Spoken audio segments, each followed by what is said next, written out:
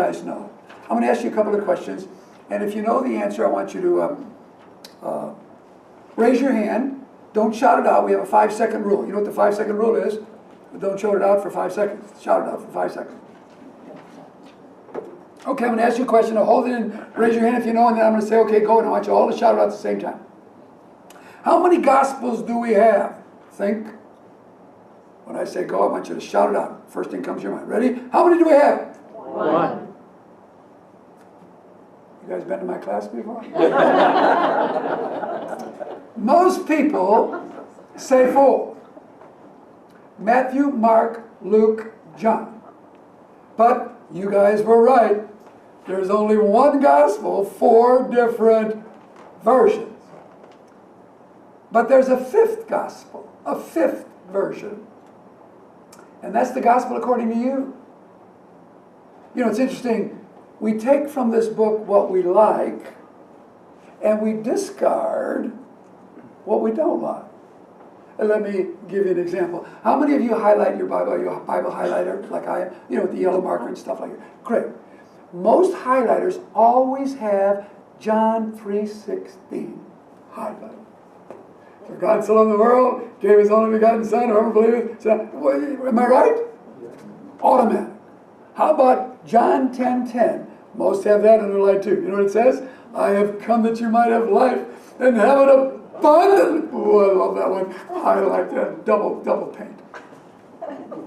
And on, you know, Luke 18:27, the things that are impossible with man are possible with God. Our favorite, you know, I can do all things through Christ who strengthens. I got them underlined. Then I say, well, why don't you go to Luke 12:33? See if you have it underlined. And guess what? They don't. You know what it says? Sell your possessions and give to the poor. Well, that's not one of my favorites. I'm not going to highlight that. And then I say, well, then go to Matthew chapter 5, verse 43 and 44. And they go there and they don't have that highlighted either because it says, Jesus was saying, he says, you've heard it said, to love your neighbor and hate your enemy.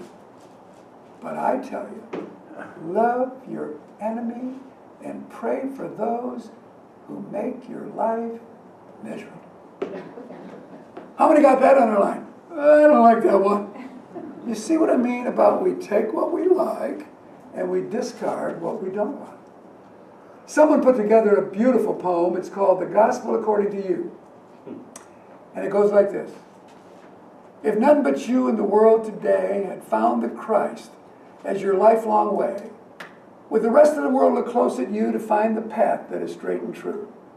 If none but you in the world so wide had found the Christ as your daily guide, would the things you do and the things you say lead others to live in a Christ-like way? My friends of Christ in the world today, there are those who watch us upon our way, and they look to the things we say and do to measure our Christian standards true. Now, some follow the gospel of Christ, for his love so unfailing and true. But what would they think, or what would they say about the gospel according to you? Each day we are writing a letter to all. Take care that your writing is true, because the only gospel that some are going to see, 'tis the gospel according to you. Did you know, we'll talk about this later on in the weeks to come, that did you know that you are a letter of Christ? You are an epistle for Christ. 2 Corinthians 3:3 tells you and I that we are a letter for Jesus. That's right. And people are looking at us, so take care what you write is true, because the only gospel some are going to see is the gospel according to you. Let me ask you this. Are you a window or a mirror? People say, what do you mean by that? I don't know if I shared it with you last week or not, but a mirror. If Alana's a mirror and I look at her and she's a mirror, all I get is a reflection of myself. So she's no different than I am. But if she's a window, I can see in her the love of Jesus. And she's a letter, she's a written letter, she's a testimony of Jesus' love flowing through her. Because I can see she's different.